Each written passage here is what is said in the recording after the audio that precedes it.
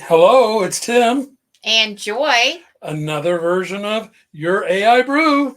And today we're going to talk about something that's going to interest hopefully a lot of people. Yeah, I have a complaint. Joy, can you play complaint department for just a few minutes? Lucky for you, I take complaints today. Awesome. My biggest complaint is I feel like every time I look at an advertisement, it's geared for somebody much younger than me. That's true. That's absolutely true. And I don't understand that. Why are they doing that to us? And what can we do as a small business? What can you do about that?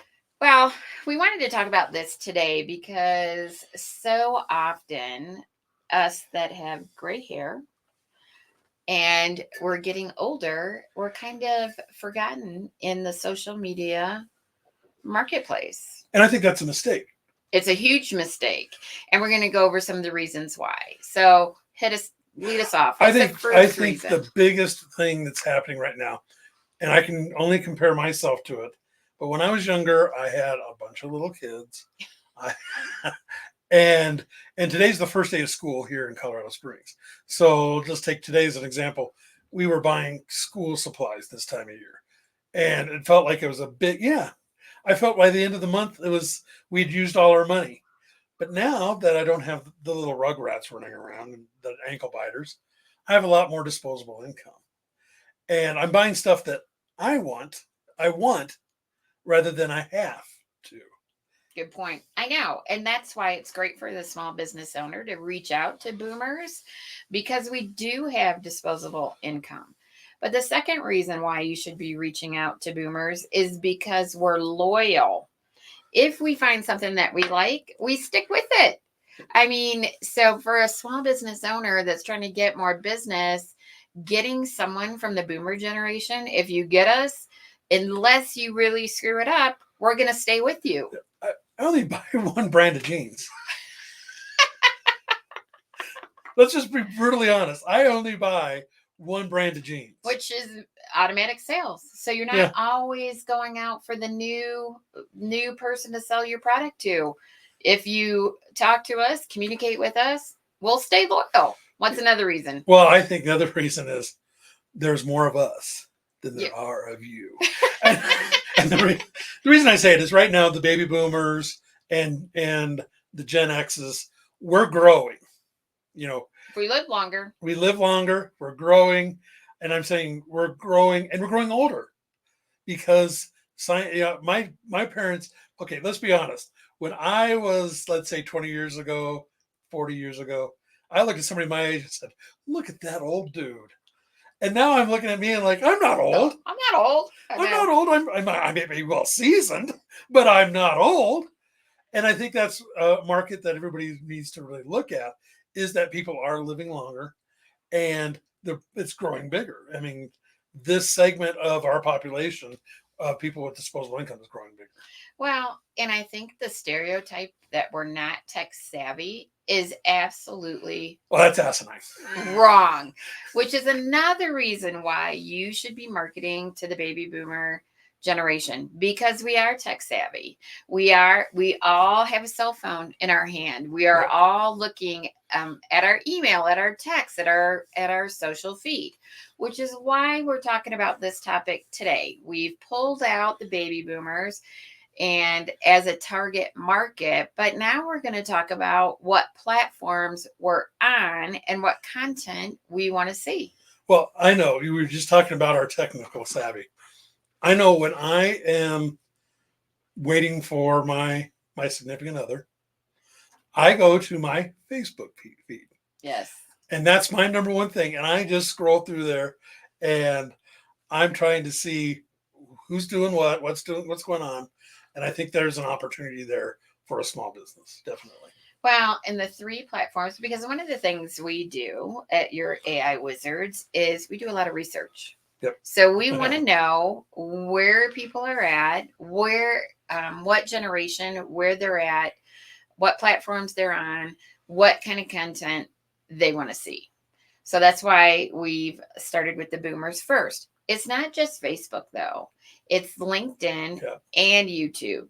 And I heard someone say, or I read recently, like YouTube is the nowadays university.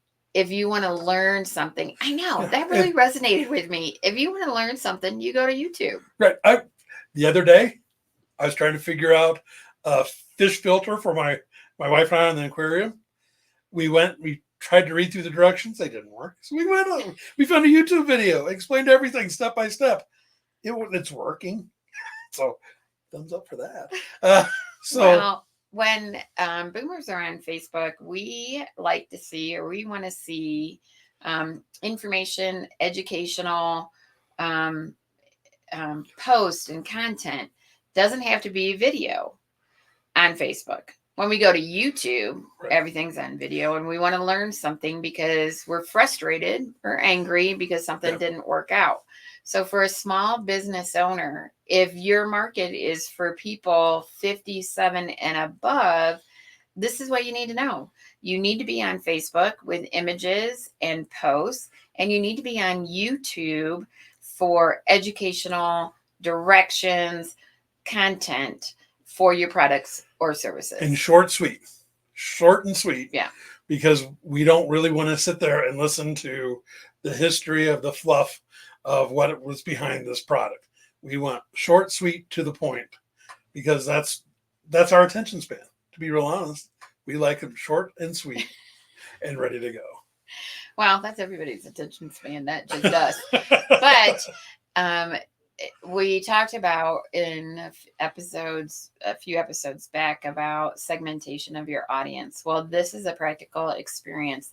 You want to be marketing to boomers because we have the money. And the example that I use all the time is you can sell a $20 lipstick, and I might be interested in that. But see these things right here and these little things over here. If you have a $300 product that's going to help with that, that's what I'm interested in. It doesn't really matter to me, the cost, although it's a factor. It's not the only factor. So don't sell me a $20 lipstick. Sell me something that's going to help me look the best I can look at my age. And that's why I say marketing to boomers is such a smart play, because, my kids are through college. Yeah. I don't have grandkids right now that I'm spending my disposable income on me. So, like a good shoe, I'm a sucker for that.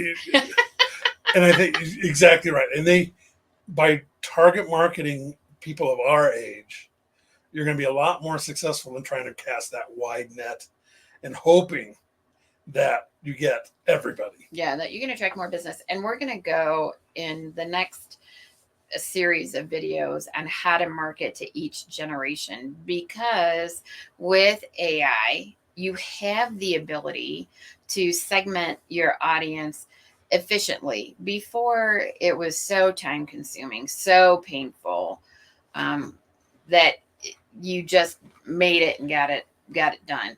But with AI, you can create a ton more content, be very specific on who you're talking to. And like if I was in makeup sales, I would absolutely be talking to me. And I would say, are lines creeping in? Are you worried that your skin is showing you older than you are? Then check this out.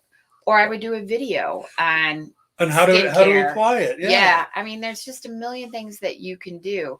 So that's the benefit of utilizing AI tools, is that you can segment your audience, you can target a specific generation on a specific platform, and really individualize your content. And then that's a win. Right. And that's perfect. That's where the world is going. And speaking of where the world is going, let's talk a little bit about, in our AI segment of the week, talk a little bit about what are large language models and what are small language models. The future of AI is going to be into those small language models. What are small language models? Well, the easiest way to describe it is a large language model is, think of the Library of Congress. If you've ever been to the Library of Congress, you know there is just, it's huge amounts of volumes and volumes of books. It seems like every book that was ever published in the world. That's a large language model. It's gathering all that information from the internet. So on the other hand, a small language model is going to be a small subsection of that is very specific. So think about in the Library of Congress again, think about a bookshelf full of information on one subject. That's a small language model. And that's where things are going. And we'll talk more about that in our next segment of why we think it's going to go to a small language model. So this Awesome. has been our brew for this time. We enjoy doing these. So if you like them, leave us comments below. Follow us on LinkedIn. Follow us on Facebook. We'd love to hear from you. Have a good day. We'll see you next time.